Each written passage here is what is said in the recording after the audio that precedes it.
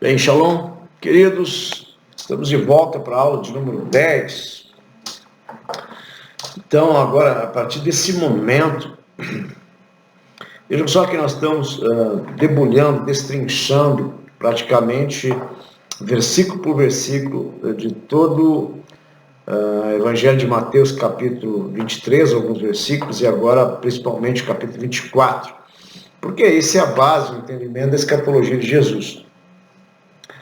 E como eu já frisei isso para vocês em outras aulas, o entendimento do sermão escatológico de Jesus, do Monte das Oliveiras, vai dar para você todo o entendimento, toda a base, toda a estrutura para entendimento da escatologia de uma forma geral, tá bom? E então, a partir dessa aula de número 10 agora, e nessa aula, é que a gente vai começar a ver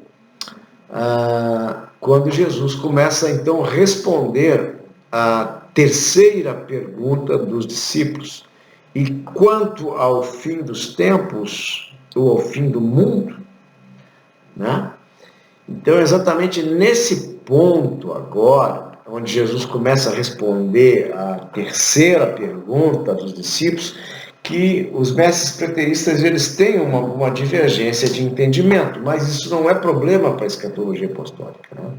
Alguns, por exemplo, compreendem que o assunto aqui, daqui para frente, ainda é a destruição do templo, tá?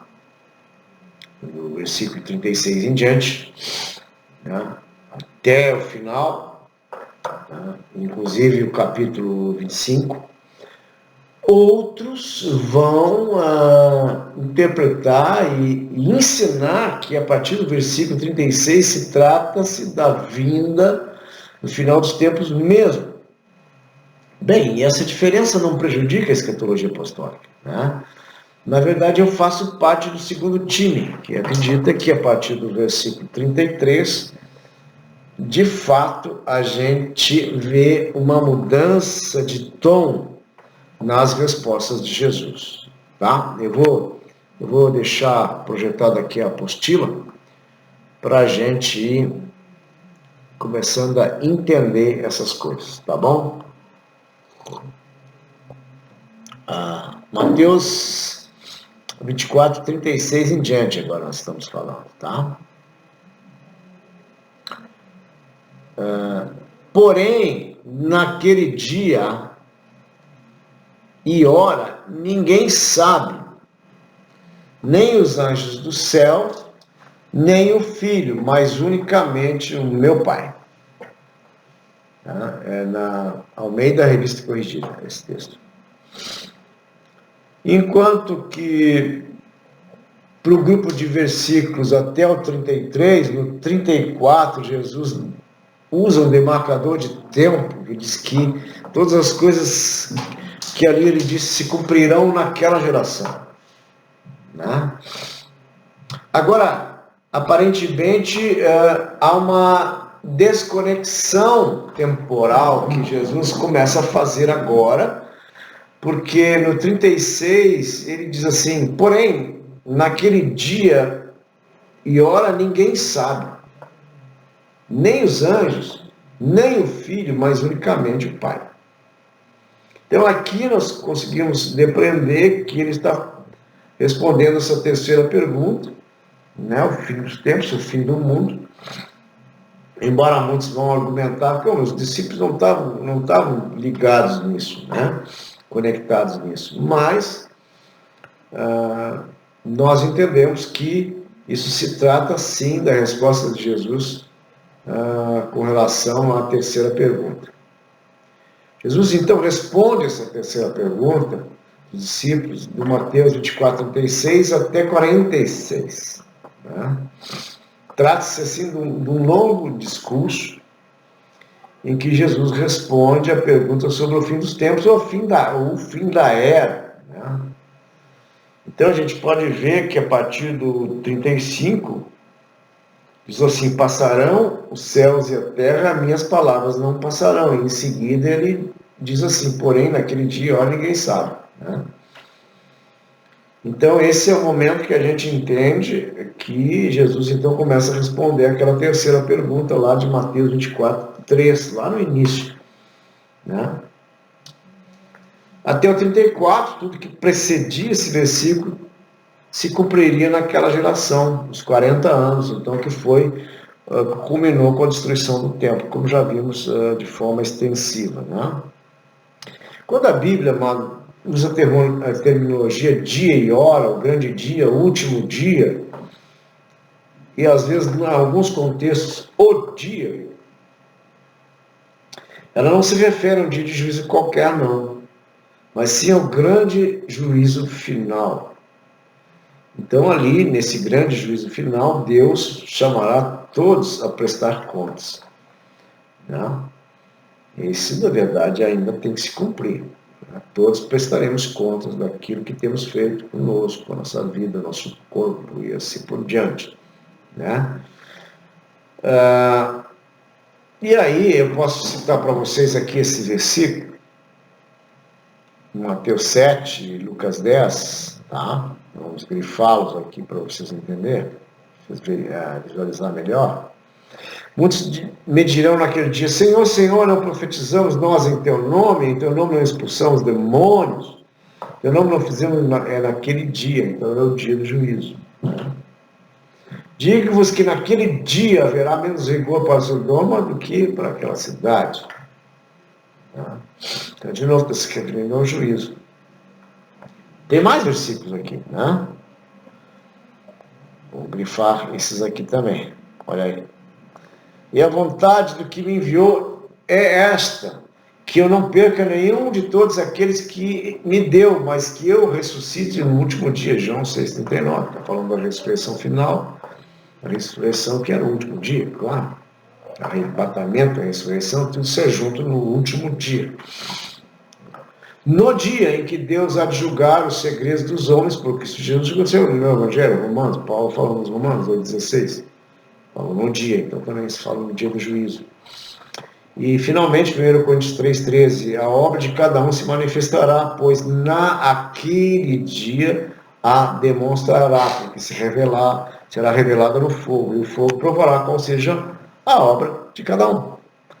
Então, por essa hermenêutica, quando Jesus fala aqui em Mateus 24:34, tá?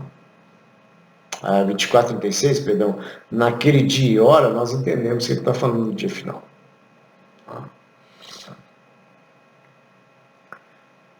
Depois aqui tem dezenas de versículos que eu nem vou citar aqui para vocês têm na apostila, também dando conta, né, dessa questão de quando aparece na Bíblia essa questão de um dia, aquele dia, né, referindo-se ao juízo final. Entenderam? Então, aquele dia do juízo final é o assunto sobre o qual Jesus fala o restante do capítulo 24, do 36 ao 46. E, inclusive, segue pelo capítulo 25 em frente até o versículo 30. É um grande texto.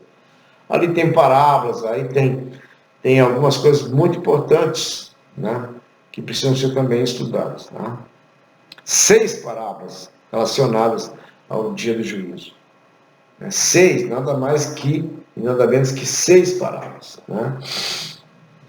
Jesus, então, termina seu ensinamento falando sobre o Filho do Homem vindo em glória, com todos os anjos, então as nações sendo reunidas perante ele. Tá? Isso eu estou falando do 31 ao 46. E nós vamos examinar essas parábolas, tá? Que falam sobre um juízo vindouro e a volta do juiz. Tá? E quando fala, amados, que naquele dia e hora ninguém sabe, esse é um ponto importante, tá? A maioria dos mestres comentaristas concordam que o ponto-chave aqui é que o dia do Senhor será uma surpresa. Pois é. Por isso que a gente afirma que não há sinais que vão preceder a volta física de Jesus, a segunda vinda em juízo e para a redenção de tudo. Porque ninguém sabe, de hora ninguém sabe. Só o Pai. O próprio Jesus não sabe quando esse dia acontecerá. E ele é retido dos céus até o tempo da restauração de todas as coisas, Atos 3:21. Quanto tempo vai levar para essa restauração, a gente também não sabe. A gente sabe uma coisa, né? Que nós, igreja, mais Espírito Santo, que está no meio de nós somos a expressão do reino, nós somos a embaixada do reino, nós podemos apressar ou retardar esse dia. É óbvio que a restauração de todas as coisas é obra do Espírito Santo, mas é obra da igreja, né? Então, se a igreja entende isso e mais rápido opera nesse alinhamento, nesse sentido, mais perto ficará esse dia. Caso contrário, mais longe ele ficará. Enquanto a igreja dormia e dorme, né, querendo escapar do anticristo e ser arrebatada para os céus, né, não cumpre com a grande, efetivamente, de forma tremenda, com a grande comissão.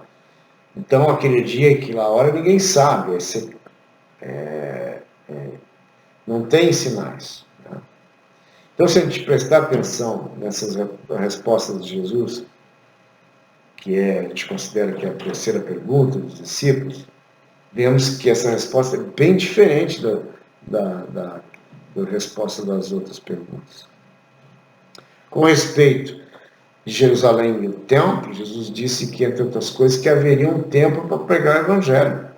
Então os exércitos destruiriam Jerusalém. Tinha um período, né, que era aquela geração. Com relação à entrada do Senhor do seu reino, Jesus disse que primeiro sinal visível seria a destruição de Jerusalém e o próprio templo. De fato aconteceu. Com relação ao fim dos tempos, Jesus disse que ninguém sabe. Interessante. Né? Claro, tem coisas que são inefáveis, que nós não vamos, talvez ainda, ter discernimento. Talvez um dia teremos, não sei. Né? Nota-se que parece que aí tem um elemento surpresa, né? No cumprimento da vinda escatológica. Nessa parousia, né? Do final dos tempos. E esse é o tema fundamental dessas 6 parábolas que Jesus contou a seguir desse versículo, né? Que vão ilustrar, então, o final dos tempos. Essas parábolas, então, elas servem para ilustrar o final dos tempos. Claro, os mestres dispensacionalistas tradicionais têm uma visão diferente. E, praticamente, para mim, é uma visão esquisita. Eu nem vou comentar aqui o que o Dr. Thomas Ice, que é o mestre dispensacionalista, está escrito aqui, tá? Citação dele, vocês leiam com calma aqui depois. Essa ideia defendida por ele é que faz sentido para o futurismo dispensacionalista, porque a interpretação deles precisa harmonizar esse versículo, que diz claramente ninguém sabe o dia e a hora, com as suas convicções futuristas, né? Sobre manifestações e sinais que antecedem a volta de Jesus. O que nós já vimos de forma farta anteriormente, né? Como se demonstrou, foram sinais que antecederam a vinda de Jesus, sim, em juízo sobre Jerusalém no ano 70, já sinais esses que já foram cumpridos. Tá?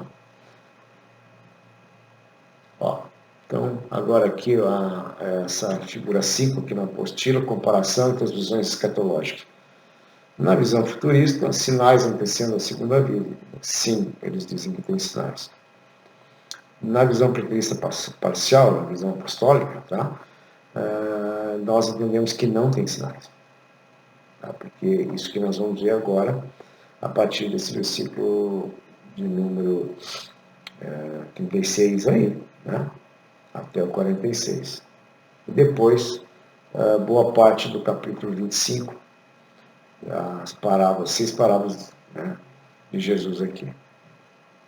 Então, Jesus vai falar agora, e nós classificamos isso como as parábolas do final dos tempos. Tá?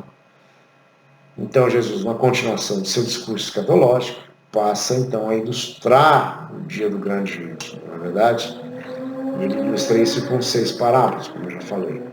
Essas parábolas iniciam em Mateus 24, 37, vão até quase o final do capítulo 25 todo. Claro, nem todos os mestres vão adotar uma interpretação idêntica para todas essas passagens, mas isso não é problema. Tá? Alguns vão dizer, né, que essas passagens ainda se referem à dispensação dos judeus, e ao juízo imposto por eles no ano 70. Embora postulem outros textos como sendo verdadeiramente referência à segunda vinda de Jesus. Bem, a grande verdade é que Jesus de fato retornará em seu corpo ressurreto, com um grande poder e glória para ressuscitar os mortos e fazer esse julgamento final. Isso ninguém duvida. Né? Mas a maioria da linguagem, fim dos tempos, usada no Novo Testamento, não se refere ao dia final, né? Refere ao ano 70, fim do tempo para o judeu. Né? Muito bem. Vamos ver a primeira parábola, o primeiro ensino do Senhor com relação ao final dos tempos. Como nos dias de Noé. Né? Apertem os cintos. O piloto não fugiu, mas vamos apertar os cintos. Né? Nem foi arrebatado o piloto, fique tranquilo. Vamos apertar o cinto, porque a pisada no acelerador é fundo. Diz assim Mateus 24, 37 ao 39. E que como foi nos dias de Noé, preste bem atenção nesse termo, como foi nos dias de Noé. Assim será também a vinda do Filho do Homem. Portanto, assim como nos dias anteriores ao dilúvio, comiam, bebiam, casavam, se davam em casamento, até ao dia que não entram na arca e não o perceberam, até que veio o dilúvio e levou a todos. Assim será também a vinda do Filho do Homem. Bem, essa passagem é muito interessante. Jesus parece querer imprimir na mente dos discípulos e na nossa mente também que o dia do juízo virá de surpresa. Nos dias de Noé, ninguém esperava um dilúvio. Nem chovia. Não chovia naquela terra. Chamavam ele de louco, maluco. As pessoas estavam vivendo a sua vida do jeito que estavam, em prostituição, comendo, bebendo, casando-se, a coisa estava solta, rolando solto. Né? Então, de repente, Jesus vai aparecer. Né? E o dia do juízo vai ter chegado. É bem assim. Isso foi lá nos dias do Noé. Os maus não entenderam. Até que veio o dilúvio e quando isso finalmente aconteceu, todos entenderam. Olha, já era, agora não dá mais tempo. Simples assim. Né?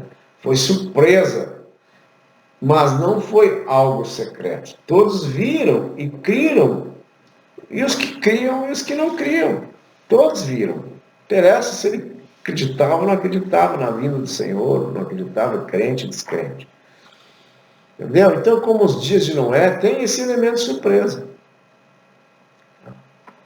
Agora, tem aquela parte que o pessoal diz que é arrebatamento secreto. Como dois homens no campo, estando dois no campo, um será levado, deixado o outro, estando duas moendo, uma será levada, deixado. Já é porque não sabeis a hora. O ponto principal também aqui dessa passagem é o vigiai.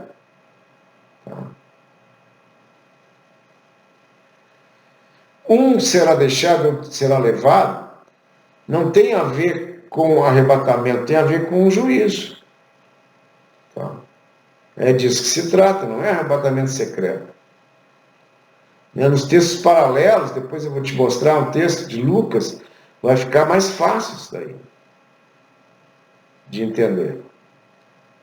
Mas, de qualquer maneira, o ponto principal aqui, com dois homens no campo, é essa passagem que no dia do grande juízo virá repentinamente, portanto as pessoas devem estar preparadas. Fique evidente na expressão, vigiai.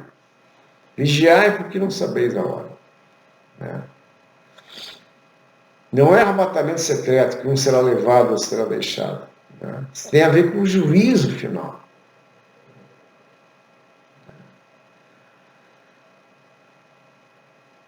Queridos, abram o seu entendimento, abram a sua mente para o que está sendo dito aqui, que Jesus está sendo falando. Como ladrão de noite, de novo, ninguém sabe a hora que o ladrão vem.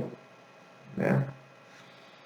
Mas considerai isso, se o pai de família soubesse a que vigília da noite havia de vir o ladrão, vigiaria e não deixaria que fosse arrombada a sua casa.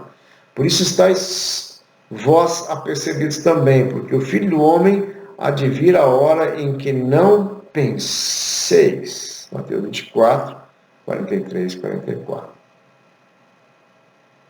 De novo, o dia do grande julgamento chegará sem aviso, quando não se espera. Quando não se espera, portanto, deve estar pronto, preparado. Por isso que nós dizemos que nós temos que estar 100% prontos, sempre preparados para aquele glorioso dia, onde Jesus virá e não haverá tempo mais para arrependimento, mais para nada. Um será levado, outro será deixado. Nesse sentido, não é arrebatamento. Um será condenado e o outro será salvo. Não é verdade? Não é isso que ilustra os filmes apocalípticos por aí, né? A pessoa está andando na rua, no parque, daqui a pouco fica só a roupa da criancinha lá e ele fica, né?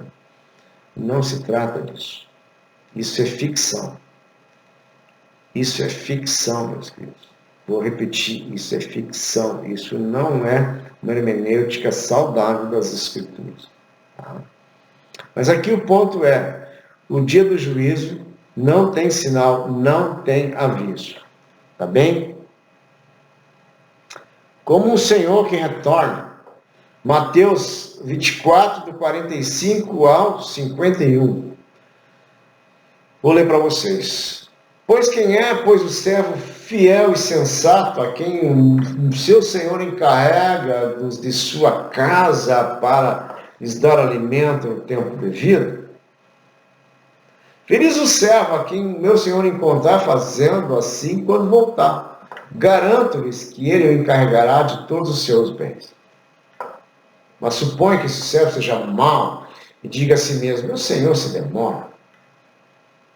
Então comece a abater os seus conservos, a comer e beber com os beberrões. O Senhor daquele servo virá um dia em que ele não espera e uma hora que ele não sabe, e o punirá severamente, lhe dará lugar com os hipócritas, onde haverá choro e ranger de dentes.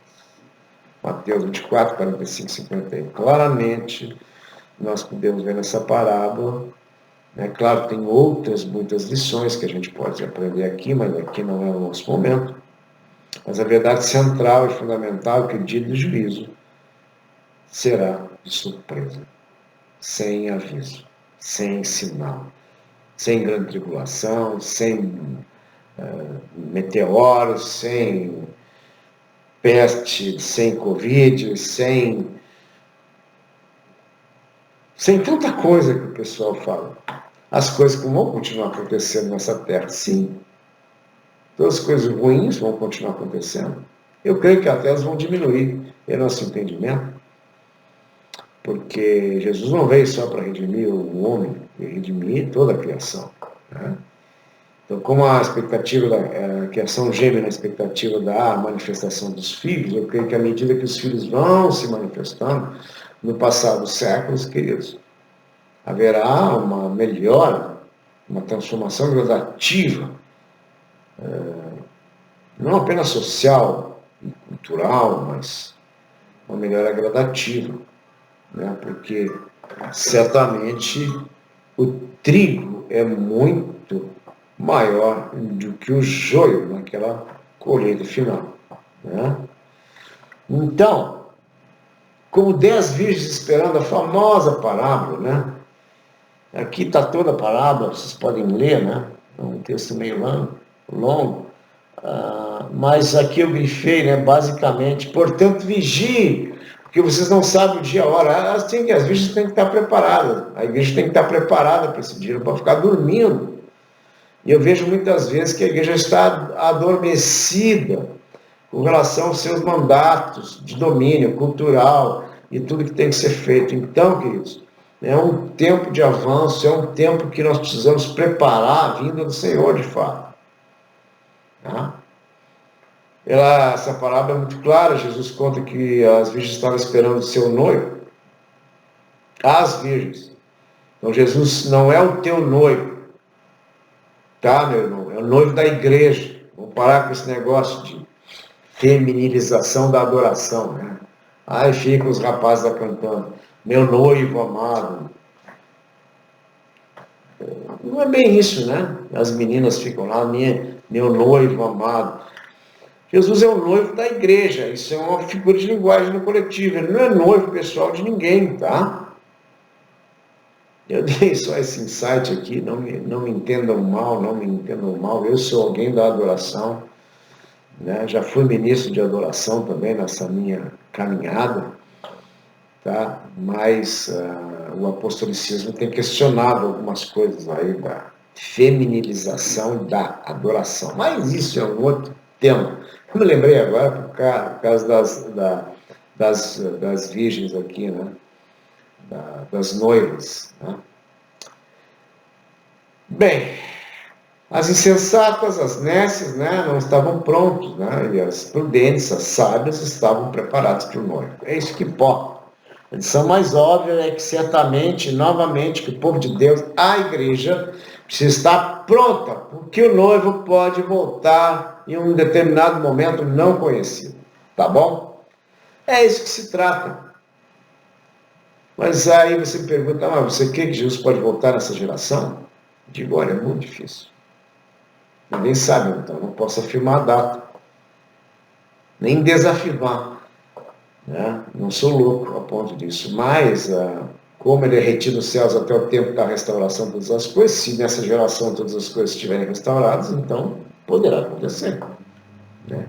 Se o discipulado das nações estiver concluído nessa geração, poderá acontecer. Né? Se todos os inimigos forem postos debaixo dos pés de Jesus nessa geração, pode acontecer. Então é disso que se trata. É simples assim, então não tem como dizer. Mas ele pode vir. Eu escrevi aqui a qualquer momento, mas esse, a qualquer momento fica meio confuso, porque qualquer momento pode ser hoje, né? Pode ser hoje, né? A gente às vezes usa, e principalmente a escatologia tradicional usa isso, Jesus pode voltar amanhã, você está preparado, vai te converter, meu querido. Né? Mas, seriamente falando, não pode ser hoje. Não dá para entender isso hoje. Tem muita coisa a ser feita.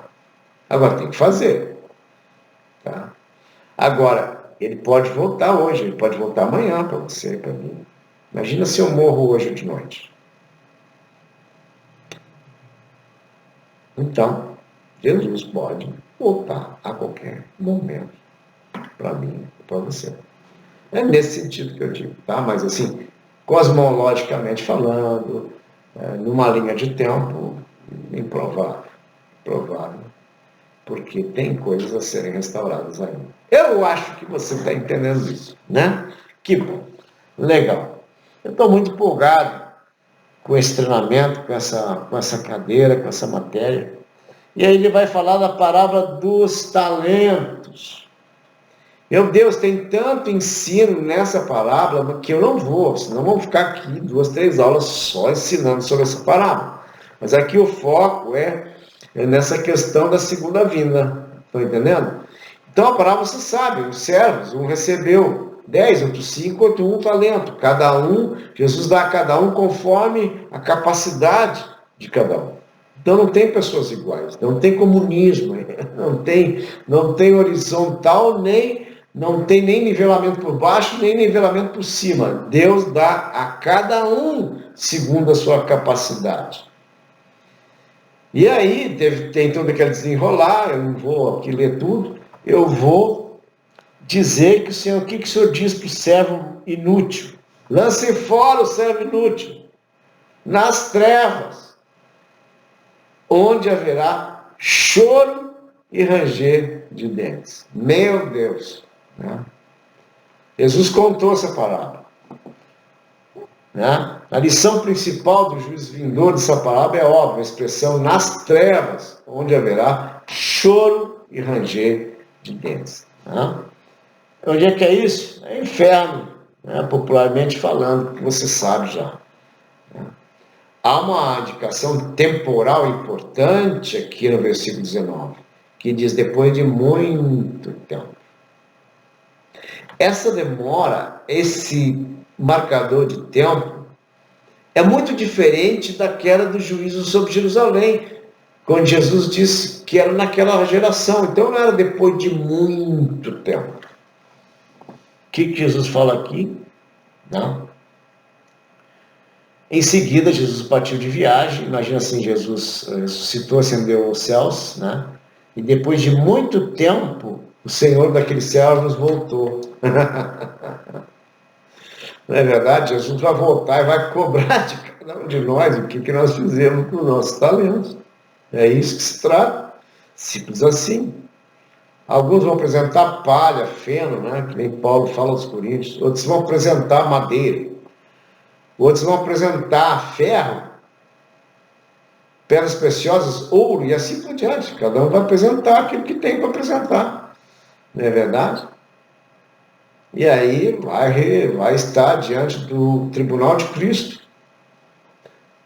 E depois o trono branco, não tem jeito. Aquele que estiver com o nome escrito no livro da vida, show, tamo junto.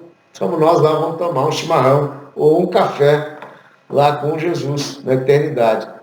E se o nome não tiver escrito no livro da vida, tchau, meu amigo, sinto muito.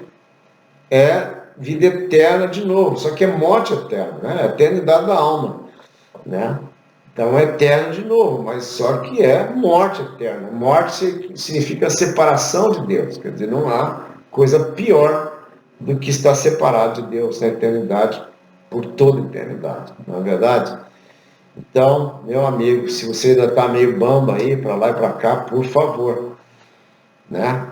De fato, mergulhe, entregue todo o teu entendimento, toda a tua mente, tudo aquilo que você é, seu sonho, sua vida para Jesus. Né? E comece a viver essa vida do reino, aquela vida maravilhosa que Deus tem, de fato, preparado para a tua vida desde os tempos eternos, antes da fundação de tudo isso. Ele já tinha imaginado, projetado, predestinado sobre tudo isso aí. Você é que precisa entrar nesse trilho. Né? A predestinação não é compulsória, né? Isso não é calvinismo, tá? Os calvinistas vão torcer o beiço agora para isso que eu estou dizendo. A predestinação não é compulsória, a predestinação é sim para aqueles, todos, porém, aqueles que não entrarem no trilho. O trilho é a salvação, é o propósito de Deus, é discernir não só, é aquilo que Jesus fala para Nicodemos, em João capítulo 3, aquele que não nascer de novo, né? Não pode ver o reino. Quem não nasceu da água e do Espírito não pode entrar no reino. Então tem um ver e tem um entrar, tem um ver as benesses do reino, ser salvo e tudo mais, e tem aqueles que vão ser salvos e vão cumprir com um grande propósito de Deus e vão ter lá da sua recompensa aqui nesse tempo presente, 100 vezes mais, como Jesus explica para os discípulos, e no tempo vindouro a vida eterna. Amém? É disso que se trata. Falei um pouquinho de soteriologia. O que tem a ver com escatologia? Tudo. Escatologia é a hermenêutica que explica toda a Bíblia, ou que converge toda a Bíblia. Então, eu quero encerrar essa aula de hoje, porque na aula que vem nós vamos falar do grande dia do juízo. E eu espero que você esteja muito aguçado, muito ativado para falar, entender e compreender todas essas coisas. Deus te dê um tempo de vitória. Fica com Jesus. Shalom, shalom.